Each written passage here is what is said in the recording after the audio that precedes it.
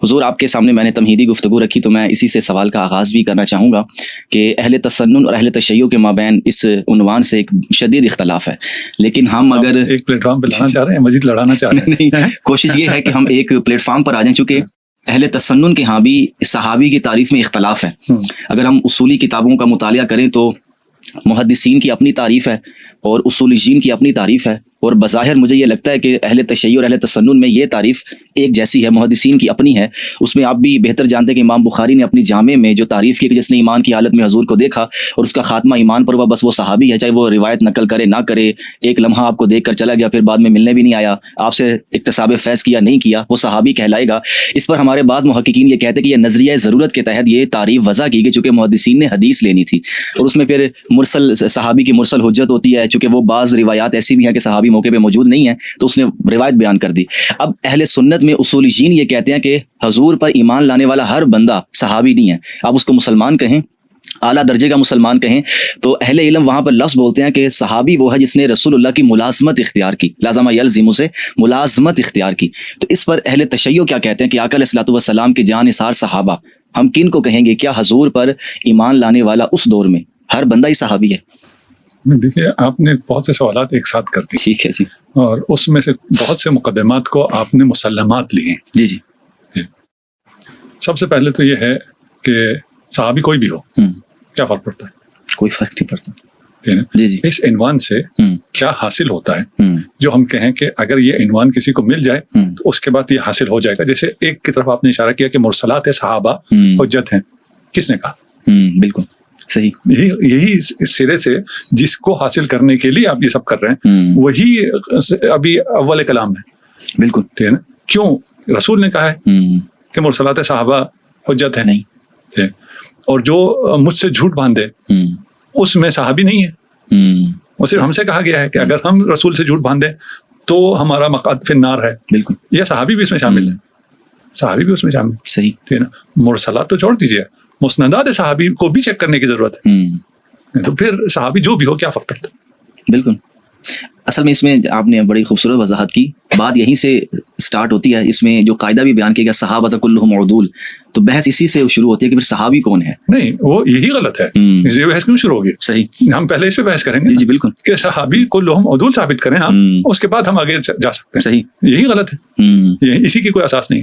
اور پھر جو مثلا صحابہ کی آپ نے مشہور تعریف کی کہ وہ ایمان کے ساتھ اس نے رسول خدا کو دیکھا ہو، حالت ایمان میں دیکھا ہو نا، تو کفار تو صحابی نہیں ہے، ٹھیک ہے نا؟ حالت ایمان میں دیکھا ہو، ایک بالکل حالت ایمان میں اس دنیا سے گیا ہو، یہ غیب کا علم ہے، کسے حاصل ہے؟ واہ واہ واہ، صحیح، جو دیکھ رہا ہے، بظاہر اسلام لا رہا ہے، وہ اگر منافق ہے آپ کو کہاں سے پتا ہے؟ صحیح، کسی کو بھی آپ صحابی کا اس تعریف کے ساتھ ٹائٹل نہیں دے سکتے الا ان کے آپ غیب کے علم کا ادعا کریں۔ صحیح، تو یہ ساری بحثیں خامخواہ کی ہیں۔ اس پر آغا وہ یہ کہہ سکتے ہیں کہ ایمان کا تعلق تو چلے باطن سے ہے نا، ظاہری اسلام سے نہیں، آپ یہ نہیں کہہ رہے نا، خاتمہ بالایمان، تعریف میں یہ نہیں کہہ رہے، تعریف جو آپ تعریف کر رہے ہیں اس پہ ہم بات کر رہے ہیں۔ بالکل، ہم کسی اور پہ بات تو نہیں کر رہے نا، آپ کہیں جو ظاہراً اسلام کا اظہار کرتا ہو اور ظاہراً اسلام پر چلا گیا ہو، ٹھیک ہے نا، اس کی کیا حیثیت ہے؟ صحیح، وہ تو نجوم نہیں بنتا، اس کو تو یہ استثناءات حاصل نہیں ہوتے، اس کو یہ مراعات حاصل نہیں ہوتی، ٹھیک ہے نا؟ آپ کچھ استثناء دلاتے ہیں، کچھ مراعات دلاتے ہیں، جس کے لیے آپ یہ تعریف کرتے ہیں، یہ تعریف غیب کا علم ہے۔ بالکل، ہے نا، یہ کسی کو حاصل نہیں۔ آپ رسول کو بھی یہ علم کہتے ہیں حاصل نہیں ہے۔ آپ کا مبنا یہ ہے کہ رسول بھی نہیں جانتے تھے کہ میرے اصحاب میں سے کون منافق ہے اور کون منافق نہیں ہے۔ جی جی ایسے ہی کہتے ہیں۔ تو پھر آپ کو کیسے پتا چلے؟ صحیح، کہ وہ جو دیکھ رہا تھا وہ حالت ایمان میں دیکھ رہا تھا، آپ نے کون سا اس کا چہرہ اسکین کیا ہوا ہے، اور ابھی آپ نے کسی اس کو اسکینر سے گزارا کہ یہ جو دیکھ رہا تھا وہ حالت ایمان پہ تھا، اور یہ جو دنیا سے گیا ہے وہ حالت ایمان پر ہے۔ رسول خدا کو تو آپ کی روایت کے مطابق کہہ رہا ہوں، پتہ نہیں چلا حوض کوثر پہ کہیں گے اصحابی اصحابی، کہا جائے گا کہ تمہیں معلوم نہیں تمہارے بعد انہوں نے کیا کیا کیا۔ جی جی، رسول تک کو تو معلوم نہیں ہے، آپ کو کہاں سے معلوم ہو گیا کون صحابی؟ صحیح، بالکل۔ تو اس پہ چلیں یہ تو ایک الگ بحث ہو گئی۔ اب ہماری طرف سے اگر کوئی یہ سوال اٹھا بھی دے کہ چلے ہماری جیسی بھی تعریف اور اس میں سکم ہے، امامیہ اپنی تعریف بیان کر دے کہ وہ رسالت مآب کے زمانہ میں کلمہ پڑھنے والوں کو کیا کہتے ہیں؟ قرآن کیا کہتا ہے؟ جی جی، رسول کے زمانے میں کلمہ پڑھ کے رسول کے پاس آ کے جو دعویٰ کر رہا ہے کہ ہم اہل ایمان ہیں، قرآن ان کو کیا کہتا ہے؟ یا ایھا الذین آمنوا کہہ کے مخاطب نہیں، یہ جو کہتے ہیں کہ یہ ان سے کہو ہاں ابھی تم اسلام لائے ہو, ابھی تو جی جی ٹھیک ہے, نا, یہ اسلام بھی رعایتاً قبول ہو رہا ہے, جی جی ہے نا, ابھی ایمان تمہارے دلوں میں داخل ہوا ہی نہیں ہے. کون تھے؟ صحابہ تھے نا, اور کون تھے؟ جی جی بالکل. قرآن کی جو تصریح موجود ہے, آپ ہم سے کیوں پوچھتے ہیں؟ صحیح. تو اس میں اگر آپ کیا سمجھتے ہیں کہ یہ بحث چاہے اہل تسنن میں ہی پیدا کیوں ہوئی کہ ہم اس بحث میں پڑ جائیں کہ ہم رسول کے پاس بیٹھنے والوں کو یہ ٹائٹل دیں؟ ہمارے ذہنوں میں یہ بات کہاں سے آ گئی؟ کیا کہوں, یعنی کہ غیر معمولی کوئی منصب, کوئی درجہ. دیکھیے صحابی کون ہوتا ہے کون نہیں ہوتا ہے تب ہوتا ہے جب اسے کوئی چیز حاصل ہو, کوئی مرتبہ, کوئی فضیلت. بے ان مانا رسول خدا کو جس نے دیکھا ہو اس کی فضیلت ہے, صحیح ہے, اس میں کوئی شک نہیں, لیکن حالت ایمان میں. جی جی. پھر دیکھنے کی جتنی فضیلت ہے اس سے زیادہ ہماری فضیلت ہے. ہم نے نہیں دیکھا ہے اور ہم رسول پہ جان قربان کرنے کے لیے تیار ہیں. انہوں نے دیکھا ہے اور وہ فرار کر رہے ہیں. کس کی فضیلت زیادہ ہوگی؟ صحیح صحیح, ہماری فضیلت زیادہ ہوگی. صحیح. رسول خدا حدیث ہے نا کہ فرما رہے تھے اصحاب میں بیٹھ کے میرے بھائی, جی جی, میرے بھائی, جی جی, ٹھیک ہے نا, کون ہے؟ ہم ہیں آپ کے بھائی کا, وہ جو مجھے دیکھا بھی نہیں ہوگا وہ مجھ پہ جان قربان کریں گے. اور لاکھوں کروڑوں کی تعداد میں ابھی تاریخ میں لوگوں نے جانیں اپنی قربان کی ہیں, جی جی, اور آگے بھی جان قربان کریں گے. ان کا مرتبہ زیادہ ہے. تو اس عنوان کو جو مرضی ہے, کیا فرق پڑتا ہے؟ اس سے پھر بنایا گیا ہے, آگے کچھ چیزیں بنائی گئی ہیں جس کے لیے اس عنوان کو اہمیت دی گئی.